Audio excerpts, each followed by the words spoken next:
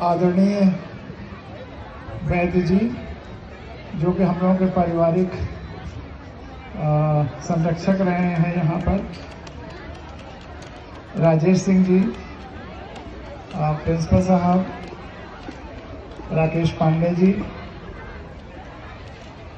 उद्घोषिका जी जो बहुत ही सुंदर संचालन कर रहे हैं। देखिए कुछ इको कर रहा है। सारे थोड़ा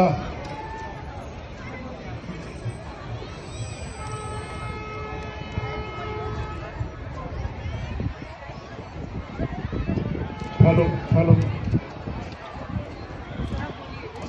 हाँ, सारे जितने यहाँ पे टीचर्स एसोसिएटेड हैं इस प्रोग्राम से और जो यहाँ मौजूद हैं, बच्चों के माता पिता, छोटे भाई बहन और प्यारे बच्चों, स्पोर्ट्स डे एक विशेष महत्व रखता है किसी भी विद्यालय के लिए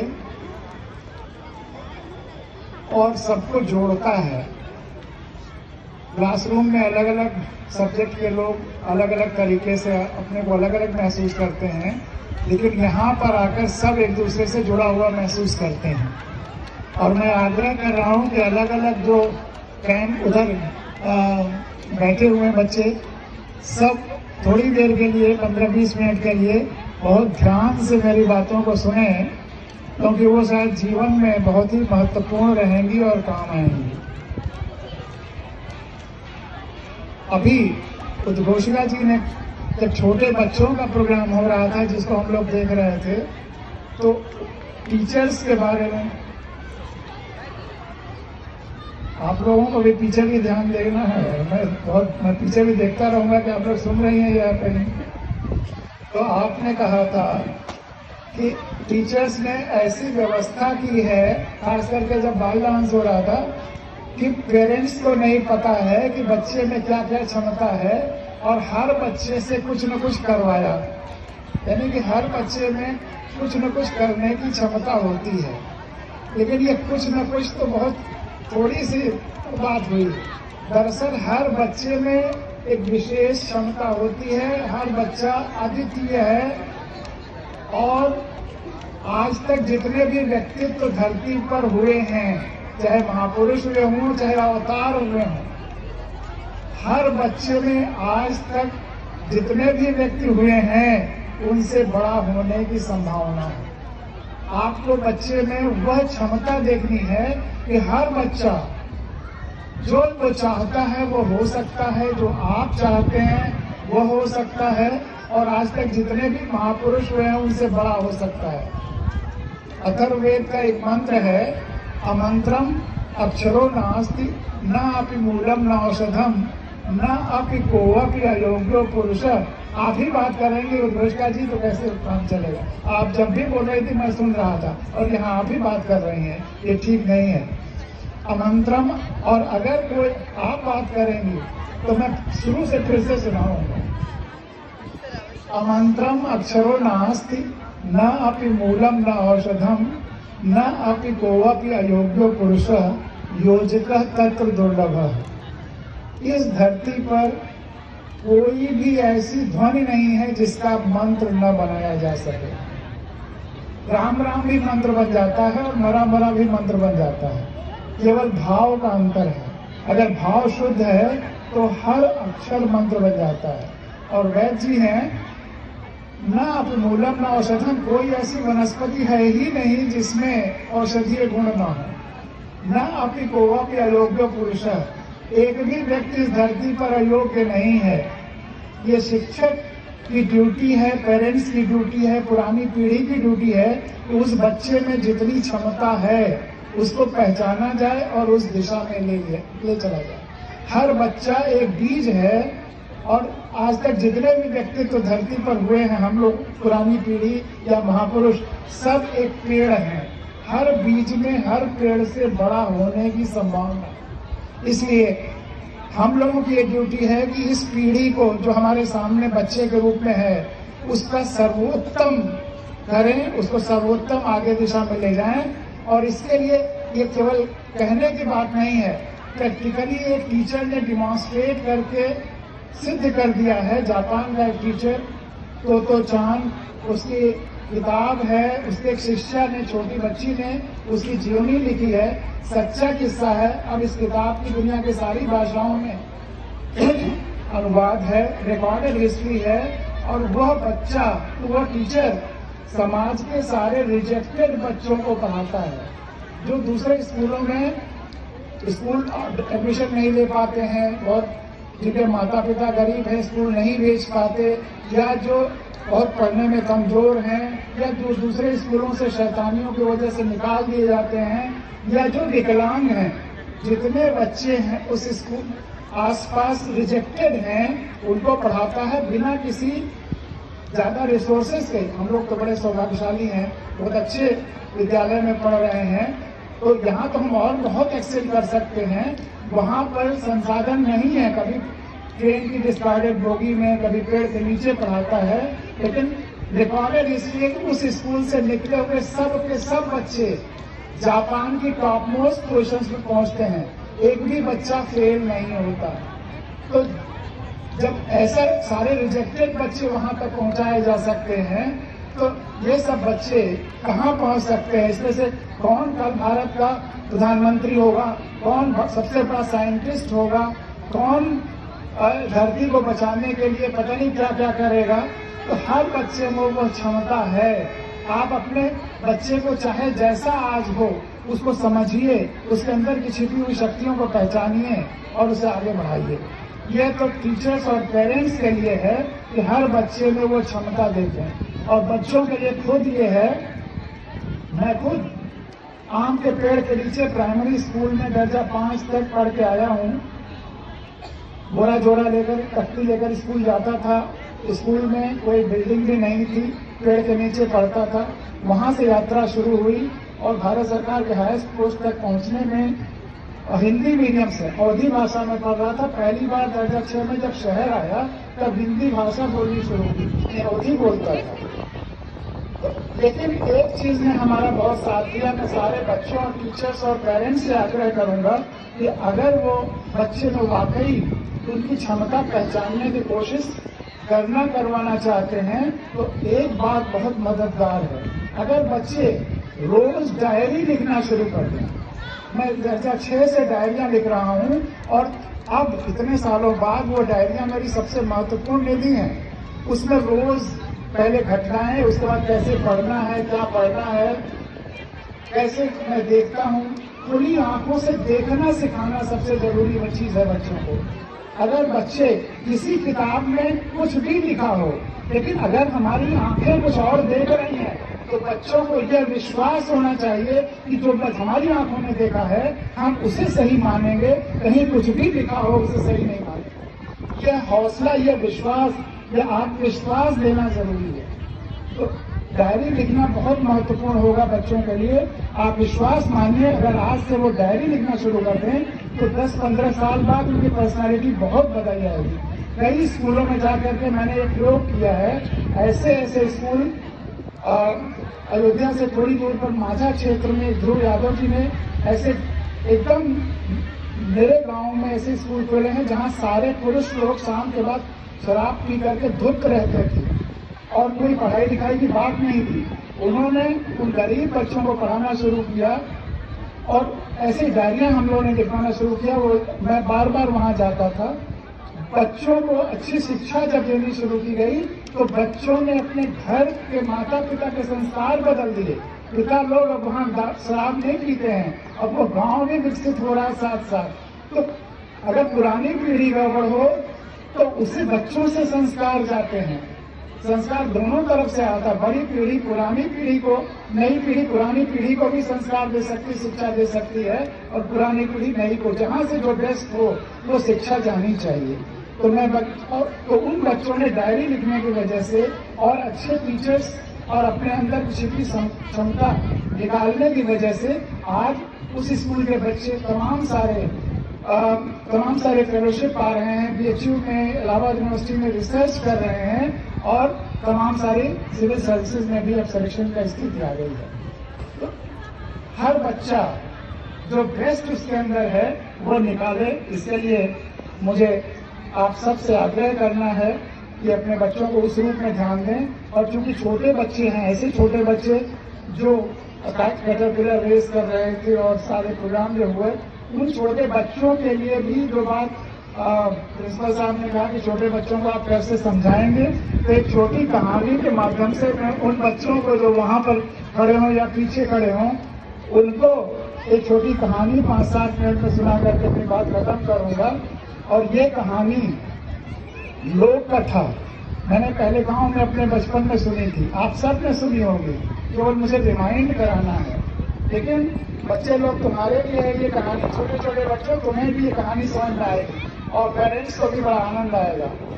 बचपन में मैंने इसे अवधी भाषा में सुना, लेकिन बड़े होने पर जब पूरी धरती के पूरे अलग अलग देशों के अलग अलग भाषाओं की लोक कथाएं सुननी शुरू की, तो यही लोक कथा आपने सुनी होगी कई बार, हमसे भी रूसी भाषा में सबसे पहले मिली, फिर अरबी भाषा में मिली, दक्षिण भारत की भाषाओं में मिली और आदिवासी भाषाओं में मिली। एक कहानी जो कहीं शुरू हुई होगी, जब छापे खाने नहीं थे, प्रेस नहीं था, मीडिया नहीं था, सोशल मीडिया नहीं था, एक मुंह से दूसरे मुंह, एक गांव से दूसरे गांव यात्रा करती करती अपना रूप बदलती हुई, भाषा बदलती हुई पूरे धरती पर छा गई, तो सोचे उसमें कितनी बड़ी ताकत है। और अगर रेगुलर प्रोग्राम होता, बड़ा प्रोग्राम होता, सब बच्चे एक साथ होते, तो मैं सब बच्चों से एक सवाल पूछता कि तुम बड़ा होकर क्या बनना चाहते हो। लेकिन आज वो समय नहीं, आज स्पोर्ट्स का मस्ती का मौका है। लेकिन ये सवाल बच्चों को सोचना चाहिए कि उनमें क्या क्षमता है और क्या बनना चाहते हैं भविष्य में। लेकिन इस कहानी में वह सूत्र छिपा हुआ है कि जो वो बनना चाहते हैं वो बन जाएंगे, जो भी बच्चा जो सोचेगा वो बन जाएगा, अगर इस कहानी को ध्यान से आत्मसात करें। तो गांव में मैंने अवधी में जैसे सुना ये कहानी, 2 चिड़िया थी, राजेश जी आपने भी सुना होगा, 2 चिड़िया थी, बहुत भूखे थे, बहुत ढूंढने पे उन्हें एक दाल का दाना मिला, उसको उन्होंने एक खूंटे से रगड़ा कि क्यों नहीं इसे आधा आधा बांट लें। आधा आधा बांटने के लिए खूंटे से रगड़ा तो उसमें कोई सुराख वगैरह रही होगी, दरार रही होगी, आधा हिस्सा उसमें फंस गया। आधा जो बाहर का हिस्सा है उसको मैना लेके उड़ गई, तोते का आधा हिस्सा उसमें फंसा हुआ है। अब तोता जब नहीं निकाल पाया तो बढ़ई के पास जाता है और बढ़ई से रिक्वेस्ट करता है, आग्रह करता है कि बढ़ई खूंटा चीरो, खूंटे में दाल बा, का खाएं का पी का ले परदेश जाए। बढ़ई उसको डांटता है, हट तोते, तुम्हारे छोटे से दाल के दाने के लिए हम खूंटा क्यों चीरें। निराश होकर राजा के पास जाता है, राजा से कहता है, राजा बढ़ई डांटो, बढ़ई ना खूंटा चीरे, खूंटे में दाल बा, पूरी बात रिपीट करता है। लेकिन मुझे बात संक्षेप में खत्म करनी है। छोटे बच्चों को जब पूरी कहानी विस्तार से सुनाते हैं तो बहुत मजा आता है, बच्चे खुद ताली हो जाते हैं, और जब अंत में सवाल पूछता हूं तो जोर से चिल्लाते हैं। तो राजा भी डांटता है। अब वो रानी के पास जाता है, रानी राजा छोड़ो, रानी भी डांटती है। सांप के पास जाता है, सांप रानी डसो, रानी लाठी के पास जाता है, लाठी सांप मारो, लाठी भी डांटता है। आग के पास जाता है, आग लाठी जलाओ, आग भी डांटता है। नदी के पास जाता है, नदी आग बुझाओ, नदी भी डांटती है। हाथी के पास जाता है, हाथी नदी सोखो या नदी पी लो सूंड से, तो हाथी भी डांटता है। अब सबसे निराश हो गया, अब रोते हुए जा रहा है। उसका रोना एक चींटी सुनती है और चींटी आकर उससे रोने का कारण पूछती है तोते से। तो तोता जब पूरी बात बताता है तो चींटी कहती है, चलो जो मेरे वश में है उतना मैं करूंगी। और चींटी के वश में क्या है, रेंगना। तो हल्के हल्के रेंगते हुए वो हाथी के सूंड में घुसने लगती है। तब हाथी कहता है, जैसा मैंने अपने गांव में अपनी भाषा में सुना, कि सूंड में घुसो मत कोई, हम तो नदी सोखब लोई। और जब हाथी नदी सोखने जाता है तो नदी आग बुझाने को आग, लाठी जलाने को लाठी, सांप मारने को सांप, रानी डसने को रानी, राजा छोड़ने को और राजा बढ़ई डांटने को तैयार हो जाता है। और इस तरह से तोते को दाल का दाना मिल जाता है। अब इस तोते को दाल के दाना मिलने में ताली तो बजाइए, फिर उसके बाद बात खत्म कर जाएगा। अब इसमें दो चीजें बहुत महत्वपूर्ण है। पूरे जो जीवन का सूत्र है इस कहानी में, जो पूरी कहानी में सबसे ताकतवर कौन है, ये सवाल जब पूछता हूं कि सबसे ताकतवर कौन है, और छोटे बच्चे जब चिल्लाते हैं चींटी तो कितना मजा आता है। अब चींटी में ऐसा कौन सा गुण है कि वो सबसे ताकतवर है? राजा, रानी, हाथी, सांप, लाठी, सबसे ताकतवर चींटी है अपने किस गुण के कारण? और वह गुण है संवेदना, दूसरे की वेदना को अपनी वेदना जैसा समझना। ज्ञान बल में, धन बल में, बाहुबल में, संसाधन बल में राजा रानी ये सब हैं, सब बहुत बड़े हैं, लेकिन चींटी में दूसरे के दुख को अपने दुख जैसा समझने की क्षमता थी और दूसरे का दुख समझ करके उसके वश में जितना है उतना किया। चींटी ने तोते के दुख को समझ करके, और सबके पास तोता गिड़गिड़ाते हुए गया था, यहाँ चींटी ने खुद आकर उससे पूछा कि तुम्हें क्या परेशानी है। जब तोते ने बताया तो जितना उसके वश में था, अगर वो हल्के से रोई, सॉरी रेंगी और हाथी के सूंड में चली गई तो पूरा सिस्टम जो अक्रियाशील था वो क्रियाशील हो गया। तो आप बच्चों के लिए यह है कि अगर पूरी संवेदना के साथ उनके वश में जितना है उतना करेंगे तो वो जो जीवन में चाहते हैं वो बन जाएंगे। जैसा देश बनाना चाहते हैं, जैसा समाज बनाना चाहते हैं, जैसी प्रकृति बनाना चाहते हैं, सब हो जाएगा, क्योंकि पूरी संवेदना के साथ किया गया काम एक स्विच की तरह से होता है।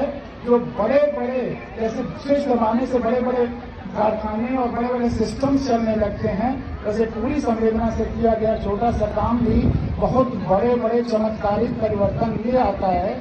जैसे इस कहानी में इतना बड़ा चमत्कारिक परिवर्तन हुआ, पूरा सिस्टम काम करने लगा, वह एक चींटी की तरह से।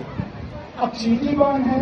एक आम बच्चा, एक आम आदमी, हम सब। और लोकतंत्र के लिए अभी 26 नवंबर को हम लोगों ने संविधान दिवस मनाया था। संविधान, लोकतंत्र, अब जनता मालिक है, हम सब मालिक हैं इस देश के। संविधान ने ब्रिटिश क्वीन से इस देश की मालिकियत हम लोगों को सौंप दी है। अगर हम केवल अच्छे चरित्रवान, ईमानदार, संवेदनशील व्यक्तित्वों को चुनने लगे तो पूरी व्यवस्था ठीक हो जाएगी और हम प्रकृति को भी बचा लेंगे। आज हालत ये है, कितने जंगल काटे जा रहे हैं, पेड़ पौधे काटे जा रहे हैं, सांस लेने का हवा नहीं बची है। हमारे धरती का टेम्परेचर बढ़ गया है, 2-4 डिग्री आपका टेम्परेचर बढ़ता तो बुखार कहलाता है। ग्लोबल वार्मिंग 5-6 डिग्री धरती का टेम्परेचर बढ़ गया है, धरती बीमार है, धरती को बुखार है। और हम अपने भविष्य के बच्चों को अगर बीमार धरती को और बीमार करके छोड़ के जाएंगे तो कितना बड़ा खतरा है। अगर धरती नहीं बचेगी तो हम भी नहीं बचेंगे, तो हमको धरती भी बचाना है। तो मैं ये कह रहा था कि ज्ञान बल जो स्कूलों में दिया जा रहा है बहुत जरूरी है, अच्छा है, लेकिन ज्ञान के साथ संवेदना भी जरूरी है। अपनी देखभाल तो करें ही, लेकिन संवेदना का विस्तार हो। हम परिवार के दुख सुख को भी अपना समझें, समाज के दुख सुख को भी अपना समझें, प्रकृति के दुख सुख को भी अपना समझें, देश के दुख सुख को भी अपना समझें और धरती के दुख सुख को भी अपना समझें। यह भावना भी भरनी है, तभी हमारे बच्चे शक्तिशाली होंगे। इस तरह से संपूर्ण व्यक्तित्व का निर्माण हमें अपने बच्चों को करना है। और यही बात मुझे मैसेज देनी थी। अगर हर बच्चे जो वो ठान लेंगे वो हो जाएंगे, लेकिन संवेदना जरूरी है। और संवेदना कैसी होनी चाहिए वो भी ये कहानी बताती है। उस चींटी ने केवल अपने जाति के लिए नहीं किया, अपने धर्म के लिए नहीं किया, एक दूसरी प्रजाति के लिए किया। तोता दूसरी प्रजाति का था, हो सकता है चींटियों में अलग अलग धर्म रहे हों, अलग अलग जातियां रही हों, उनके लिए तो करती ही थी। उसने तोते के लिए किया, दूसरे प्रजाति के लिए भी किया। तो हमको केवल आदमियों के लिए नहीं, इन पेड़ पौधों, वनस्पतियों को भी बचाना है और जीव जंतुओं को भी बचाना है, सबके लिए बचाना है। तभी वसुधैव कुटुम्बकम होगा, तभी सर्वे भवन्तु सुखिनः होगा, और वही असली शिक्षा है। और मुझे पूरा विश्वास है कि इस विद्यालय में ऐसी शिक्षा मिलती रही है और मिलेगी और घनीभूत रूप से मिलेगी। तो बहुत बहुत आप सबको धन्यवाद। मोबाइल